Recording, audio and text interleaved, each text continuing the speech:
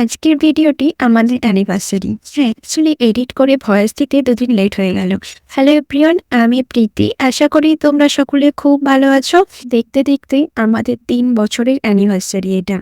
৩টে বছর আমরা দুজনে একসাথে কাটিয়ে দিলাম।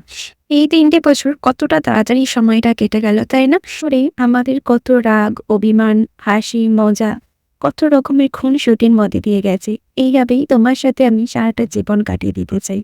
এই দিনটিতে আমাদের বিশেষ কিছু প্ল্যান না থাকলেও এই দিনটি আমরা দুজনে আমাদের নিজেদের মতন কাটাতে চাই। বাড়িতেই কিছু রান্না-বান্না করি দুজনে মিলে এবং সেটাই খাওয়া-দাওয়া হয়। সকালে ঘুম থেকে উঠে আমি সমস্ত কাজ করেই রান্নাঘরে চলে এসেছিলাম। স্নান করে পুজো করে নিয়েছিলাম আগে, তারপরেই রান্নাঘরে এসেছিলাম। এরই মধ্যে আমাদের টিফিনও হয়ে গিয়েছিল। আজকে যেহেতু একটু রান্না-বান্না বেশি হবে, তাই একটু সকালে উঠে আগেই রান্না বসিয়ে দিয়েছিলাম। আর রান্না করতে, করতে দেখো ও যেহেতু এখন করছে, আমি একটু বাসনগুলো ধুয়ে নিচ্ছিলাম। ওই যে বললাম আজকে আমরা দুজনে মিলেই রান্না করব। দেখো এই কদিন আগে এতটা পরিমাণ ঠান্ডা পড়েছিল, তখন কাজ করতে একটু লেট হয়ে যাচ্ছিল বটে, কিন্তু এখন এই মাঘ মাস সবে পড়লো, এখনই যেন ঠান্ডা উধাও হয়ে গেছে। চলো আজকের মিনি ব্লগটাই আমার এই রান্না বান্নার ভিডিও দিয়েই তোমাদের সাথে শেষ করলাম।